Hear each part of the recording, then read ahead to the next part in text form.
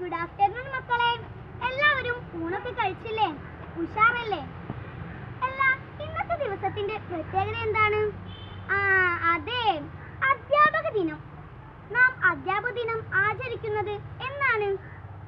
അതെ, നമ്മുടെ മുൻ രാഷ്ട്രപതിയും അധ്യാപകനുമായ ഡോക്ടർ സർവേപ്പള്ളി രാധാകൃഷ്ണന്റെ ജന്മദിനമായ സെപ്റ്റംബർ 5-നാണ് നാം അധ്യാപക ദിനം ആചരിക്കുന്നത്. എൻ്റെ മക്കൾ എല്ലാവരും അത് പറഞ്ഞു. എല്ലാവർക്കും അത് അറിയില്ലേ? ഇനി നമുക്ക് പാഠഭാഗത്തേക്ക് കടക്കാം. അല്ല, ഞാൻ നിങ്ങളോട് ഇന്നലെ ഒരു കവിത ചൊല്ലി വരാൻ പറഞ്ഞിരുന്നു. എല്ലാവരും അത് ചൊല്ലി നോക്കിയില്ലേ? ഇനി ടീച്ചർ ഒന്ന് അത് ചൊല്ലിത്തരാം. നിങ്ങൾ എല്ലാവരും ശ്രദ്ധിച്ചിരിക്കണം കേട്ടോ. എന്താണ് നമ്മുടെ കവിതയുടെ പേര്? അതെ, പൂക്കാതിരിക്കാൻ എനിക്കാവതില്ലേ. ആരാണ് കവിത എഴുതിയത്? അയ്യപ്പ പണിക്കർ. ഇനി ഞാൻ ചൊല്ലാം, നിങ്ങൾ എല്ലാവരും വിരൽ വെച്ച് അതൊന്ന് നോക്കുക.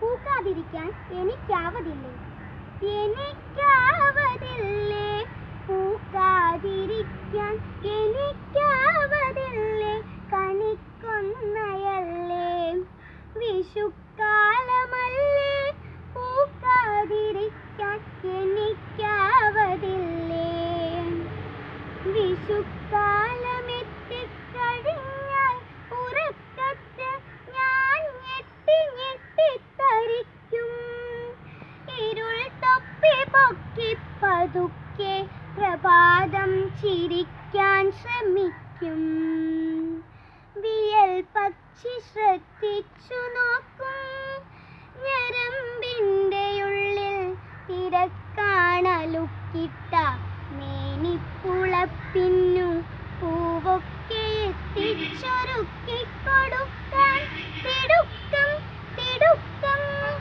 ഉണങ്ങിക്കരിഞ്ഞെന്നു തോന്നിച്ച കൊമ്പിൻ മുനമ്പിൽ തിളങ്ങുന്നു പൊന്നിൻ പതക്കങ്ങൾ. അതെ, ഇതുവരെയാണ് ഞാൻ നിങ്ങളോടെല്ലാവരും ചൊല്ലിത്തരാൻ പറഞ്ഞത്. അപ്പോൾ ഞാൻ നിങ്ങൾക്ക് ഈ കവിതയുടെ ഈ ഭാഗത്തിൻ്റെ ഒരു ചുരുങ്ങിയ ആശയം പറഞ്ഞു തരാം. എന്താണ്? എനിക്കാവതില്ലേ പൂക്കാതിരിക്കാൻ, എനിക്കാവതില്ലേ കണിക്കൊന്നയല്ലേ. അതായത് കണിക്കൊന്ന, വിഷുക്കാലത്ത് കണിക്കൊന്നയ്ക്ക് പൂക്കണം. നമ്മുടെ സമ്പൽ സമൃദ്ധിയുടെ കാലാണ് വിഷുക്കാലം. അപ്പോൾ വിഷുക്കണി കണ്ടിട്ടില്ലെങ്കിൽ പിന്നെ എന്ത് വിഷുല്ലേ? അപ്പോൾ നമ്മൾ കണിക്കൊന്ന പറയാണ്, എനിക്ക് പൂക്കാതിരിക്കാനാവൂല, അങ്ങനെയാണ് പറയുന്നത്. പിന്നെ കണിക്കൊന്ന പറയുന്നത് വിഷുക്കാലം എത്തിയ കണിക്കൊന്നൊക്കെ ഉണ്ടാവണ സന്തോഷം, നമുക്കൊക്കെ ഇപ്പോൾ ഒരു ആഘോഷം ഉണ്ടാവണ അന്ന് തലേ ദിവസം നമുക്ക് ഉറക്കേ വരൂല. അങ്ങനെയാണ് നമ്മൾ എങ്ങനെ ഞെട്ടി ഞെട്ടി നീക്കും. അതാണ് പറയുന്നത്. വിഷുക്കാലം എത്തിക്കഴിഞ്ഞാൽ ഉറക്കത്തിൽ ഞാൻ ഞെട്ടി ഞെട്ടിത്തരിക്കും. ഇതപ്പം നേരത്തെ പറഞ്ഞ മാതിരി നമ്മൾ വിഷുക്കാലം എത്തിയ കണിക്കൊന്ന ഉറക്കത്തുനിന്ന് ഞെട്ടി ഞെട്ടി നീക്കുന്ന പറയുന്നത്. പിന്നെ പറയുന്നത് അവന് നീക്കുമ്പോൾ, കണിക്കൊന്ന നീക്കുമ്പോൾ ഈ പ്രകൃതിക്ക് നോക്കുമ്പോൾ എന്തൊക്കെ കാഴ്ചകളാണ് കാണുന്നത് എന്നാണ് പറയുന്നത്. എന്താണ്? ഇരുൾ തൊപ്പി പൊക്കി പതുക്കെ പ്രഭാതം ചിരിക്കാൻ ശ്രമിക്കും, പുലർച്ചെ കുളിർ കാറ്റു വീശിപ്പറക്കും. അതായത് നമ്മൾ ഇതെന്താണ്? ഇരുൾ തൊപ്പി പൊക്കി പതുക്കെ പ്രഭാതം ചിരിക്കാൻ ശ്രമിക്കും പറയുമ്പോൾ രാത്രിയിൽ നിന്ന് രാവിലെ ആകണേനാണ് നമ്മുടെ കവി ഇങ്ങനെ വർണ്ണിച്ചിരിക്കുന്നത്. ഇരുൾ തൊപ്പി പൊക്കി പതുക്കെ എന്നൊക്കെ പറഞ്ഞിട്ട് പ്രഭാതം, രാത്രിയിൽ നിന്ന് രാവിലെ ആകുന്നതിനാണ് ഇതിന് പറയുന്നത്. പിന്നെ എന്താ പറഞ്ഞിട്ടുള്ളത്? പുലർച്ചെ കുളിർ കാറ്റു വീശിപ്പറക്കും. അതായത് നമ്മൾ രാവിലെ ഒക്കെ നിൽക്കുമ്പോൾ ഒരു ഇളം തണുപ്പ് കാറ്റ് നമ്മളെങ്ങനെ തഴുകി കൊണ്ടുപോകും. അത് ആ കാറ്റിനെ വിശേഷിപ്പിച്ചാണ് പുലർച്ചെ കുളിർ കാറ്റു വീശിപ്പറക്കും. പിന്നെന്താ? വിയൽ പക്ഷി ശ്രദ്ധിച്ചു നോക്കും. അതായത് ആകാശത്തു നിന്നൊക്കെ പക്ഷികൾ ഇങ്ങനെ ശ്രദ്ധിച്ചു നോക്കും എന്നാണ് പറഞ്ഞിട്ടുള്ളത്. പിന്നെന്താ?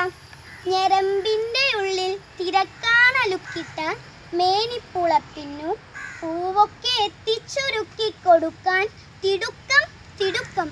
അതായത് ആളുകൾക്ക് പൂവൊക്കെ എത്തിച്ചു കൊടുക്കാനായിട്ട് കണിക്കൊന്നയ്ക്ക് ധൃതിയായി.